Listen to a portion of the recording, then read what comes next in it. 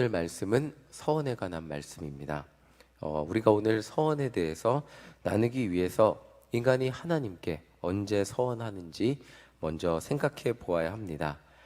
인간이 하나님께 서원을 할 때는 무언가 인간이 자신의 힘으로 해결할 수 없는 간절한 소원을 하나님께 구할 때, 특별히 굉장히 급하거나 해결되지 않으면 큰일 날 때 하나님 이것을 이루어 주신다면 정말 절박합니다. 이것을 이루어 주신다면 내가 가진 것 하나님께 바치겠다고 약속하는 것이 서원입니다. 제가 이스라엘 성지순례 갔다가 금요일날 왔는데 성지순례를 다녀오니까 여러 고고학 유적들을 보게 됐습니다. 구약 시대의 것들도 있고 예수님 시대의 것들도 있고 그 이후 시대의 것들도 있었습니다. 그런데 한 가지 오늘 말씀과 관련된 거 하나를 봤는데, 제가 한국에 돌아오기 전 마지막 날, 이제 비행기 타기 전날 요파 항구, 그러니까 베드로가 고넬료에게 복음을 전하려고 갔던 그 요파 항구에 들렸습니다. 그런데 그 요파 항구 길을 걷는데 이 항구 쪽, 그러니까 바다 쪽 한켠에 요파를 신화가 있었습니다. 요파를 다스렸던 한 왕이, 이방인 가나안 왕이죠. 이방인 왕이 자녀를 제물로 드렸던 터가 있었습니다. 성지순례를 다니면서 저희 딸이 저에게 물어봤습니다. 아빠, 왜 하나님은 이스라엘 백성들에게 가나안 백성들을 이스라엘 가나안을 점령하면서 다 죽이라고 명령하셨어? 라고 물어봤습니다. 그래서 제가 이렇게 설명을 했습니다. 그 이유는 이 당시 이방 종교를 믿는 가나안 사람들의 종교적인 풍습이 하나님 보시기에 악한 것들, 대표적으로 자녀를 바치는 풍습이 있었기 때문입니다. 이것 이외에도 굉장히 성적인 문란이나 하나님 보시기에 너무 악했던 풍습, 이것들이 이스라엘 백성들이 배울까봐 하나님은 다 진멸하라고 하셨죠. 자, 이 당시 사람들에게 자신의 힘으로 할 수 없는 것들을 내 힘으로 할 수 없으니까 신의 능력으로 이루어내기 위해서 나에게 가장 소중한 것을 바쳐야 했습니다. 근데 그 터는 어떤 터냐면, 군대를 끌고 바다를 건너야 하는데 폭풍이 계속 쳤습니다. 그러니까 이방인의 왕이 그 바다의 신을 달래기 위해서 자녀를 바친 것입니다. 그렇게 자녀를 바치니까 그 폭풍이 그쳤고 뭐 이렇게 군대가 떠날 수 있었다, 이런 신화가 거기 적혀 있었는데, 이 당시 이방인들의 풍습은 내가 가진 가장 귀한 것을 바치면 신이 내 정성에 감복해서 내 소원을 들어주는 것을 의미했습니다. 그러니까 여기에 핵심은 내 정성에 있었고 내 자녀까지라도 바쳐서 내 소원을 이루어내는 것을 의미했습니다.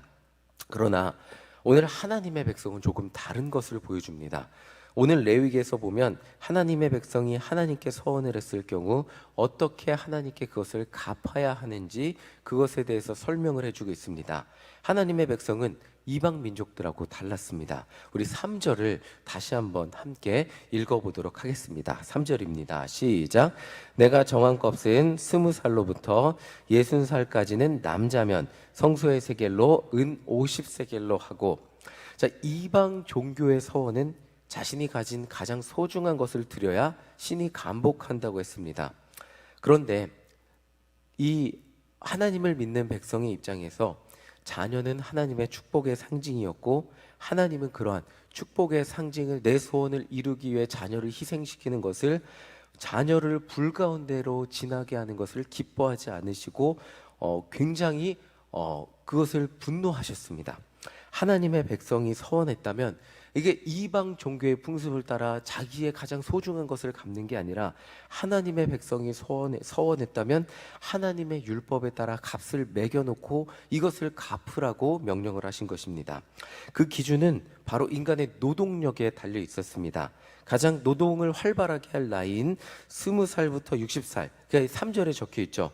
이 20살부터 60살까지는 성전 셰켈로 은 50셰켈을 말했습니다. 여자는 그보다 적은 30세켈, 그리고 5살부터 20살까지의 남자는 은 20세켈, 같은 나이의 여자는 은 10세켈, 1개월부터 5살까지는 15세켈, 여자는 10세켈로 딱 정해놨습니다. 현재 제가 가보니까 이스라엘은 달러 쓴다, 근데 달러 안 받더라고요. 셰켈로 쓰는데 대략 1셰켈에 정확히 말하면 370원 정도 합니다. 가서 제가 이것저것 먹어보니까 콜라가 7셰켈, 비싼 데는 10셰켈 이렇게 하더라고요. 그러니까 보통 편하게 하면 곱하기 4 정도 해서 조금 빼면 되는데, 그러니까 조그만 콜라 캔이 2,500원, 물도 7셰켈, 그러니까 2,500원 정도 하고 좀 500ml 기준입니다. 좀 큰 거는 막 6,000원 정도 합니다. 물가가 한국의 1.5배에서 2배 정도 되는데, 근데 이 당시 자료를 제가 찾아보니까 오늘 본문에 적혀 있는 성전 셰켈은 1셰켈이 한 사람의 한 달치 임금이라고 합니다. 그러니까 오늘날 최저임금이 200만 원이라고 한다면 최소 성전 1셰켈은 200만 원이라고 친다면 남자가 서원하고 하나님께 갚아야 하는 것은 1억이 되겠죠. 너무 크죠. 1억이 되겠죠. 엄청 큰 돈입니다. 물론 우리나라 임금이 높기 때문에 만약에 100만 원이라고 친다면 5천만 원 정도 될 겁니다. 그리고 다른 자료를 제가 찾아보니까 그 은 무게를, 셰켈을 은의 무게를 달아서 현재 은 시세로 보니까 50셰켈은 1,400만 원 정도 된다고 합니다. 그러니까 이게 절대로 작은 금액이 아닙니다. 우리가 서원을 했다고 뭐 인간 자녀를 안 바친다고 해서 하나님께 바치는 것은 쉽겠지라고 하는데 그렇지 않았습니다. 하나님께 바치는 것도 정말 정성을 다해서 내가 가진 것을 최선을 다해 드려야 했음을 의미하고 있습니다. 그럼에도 불구하고 정말 한 개인이 하나님께 간절히 서원했다면 이방인들처럼 최소한 생명을 바치고 자녀를 희생시키지 않고 그냥 하나님은 자기가 가진 가장 소중한 것을 그것을 금액을 정해 놓음으로써 그렇게 드리게 하셨습니다. 또 돈으로만이 아니고 재물과 또 집으로도 드릴 수 있게 하셨습니다. 우리 8절 함께 읽어보도록 하겠습니다. 8절입니다. 시작. 그러나 서원자가 가난하여 내가 정한 값을 감당하지 못하겠으면 그를 제사장 앞으로 데리고 갈 것이요 제사장은 그 값을 정하되 그 서원자의 형편대로 값을 정할지니라. 정말 이게 서원자가 정말 가난해서 하나님께 서원은 금액을 드리지 못할 경우 그들도 하나님께 서원할 것을 갚을 수 있는 방법을 열어주셨습니다. 그러니까 서원했으면 무조건 그 금액을 갚아야 되고 그 금액을 갚지 못하면 너네들 하나님의 진노의 불을 받아 죽을 거야 라는 그런 의미가 아니라 하나님께 바칠 수 있는 길, 정말 그 형편이 되지 못한다면 제사장의 판단 하에 줄여줄 수 있는 길도 열려 있었습니다. 그런데 한 가지 더 재미있는 사실이 있습니다. 자, 13절 우리 함께 읽어보겠습니다. 13절 읽어보겠습니다. 시작. 만일 그가 그것을 물으려면 내가 정한 값에 그 5분의 1을 더할지니라.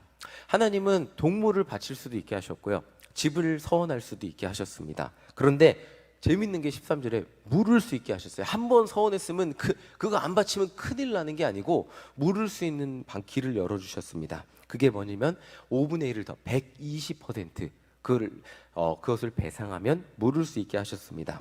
동물도 집도 마찬가지였습니다. 자, 인간이 급할 때는 정말 재정적으로 쪼들리거나 어렵거나 뭐 어떤 거를 서원할 수밖에 없을 때는 내가 가진 단 하나의 재물, 그게 동물이 될 수도 있고 집이 될 수도 있고 무언가를 약속하고 하나님께 서원을 약속할 수 있습니다. 그런데 하나님의 응답을 받고 상황이 나아지게 된 후에 그 동물이 농사의 미천이 된다면, 그리고 그 집이 가족이 사는 삶의 터전이라면 하나님은 그것을 굳이 너 서원했으니까 너네 가족이 길바닥에 나앉아도 서원한 것을 갚아야 돼 라고 말씀하지 않으시고 그것을 120% 배상을 한다면 너희들이 그것을 계속 가질 수 있어 라는 길을 열어주신 것입니다. 그러니까 오늘 서원법의 핵심이 뭐냐면 이방인들과 같이 인간이 신에게 가장 소중한 것을 바쳐 집, 재산, 가산, 그 심지어 자식까지도 모든 것을 날려도 인간의 소원만 이루어질 수 있다면 신이 감복해서 길거리에 나앉아도 신에게 다 바쳐서 거지가 되는 것, 그런 것을 은임이 하는 것이 아니라 하나님은 그런 것들 때문에 기뻐하시는 분이 아니라는 것입니다. 하나님은 인간이 정말 힘들고 어려울 때 이 서원이라는 제도를 통해 인간이 하나님을 의지하게 만드셨고 하나님 앞에 나오게 만드셨고 간절히 하나님 앞에 기도하게 하셨고 이 모든 문제가 하나님께 서원함으로 해결을 받았을 때 그 문제 해결이 내가 가진 소중한 것들을 갚으면서 부담되는 것을 하나님께 드리면서 이것들을 드리면서 내 삶의 문제들이 해결된 것이 하나님의 은혜임을 기억하기를 바라셨다는 것입니다. 내가 만약 내 자녀를 죽여서 내 문제를 해결했다면 그것이 하나님의 은혜일까? 이방인들 같이 내 자녀를 죽여서 내 문제를 해결했다면 그것이 하나님의 은혜일까요? 아니면 내 정성일까요? 이방인들에게는 어디까지나 내 정성이었습니다. 그런데 하나님은 하나님이 우리에게 기억하시기를 바라게 했던 게 뭐냐면 이 서원법을 통해 기억하게 하시기 원하셨던 것이 무엇이냐면 하나님의 은혜라는 것입니다. 너희들의 문제가 해결된 것, 너희들의 기도를 들어준 것, 너희들의 정성이 부족할 수 있겠지만 나 여호와는 내 앞에 나온 너희들의 기도를 기억하고 너희들의 이 삶의 문제들을 해결해주고 너희들의 모든 서원을 내가 다 들어주겠다.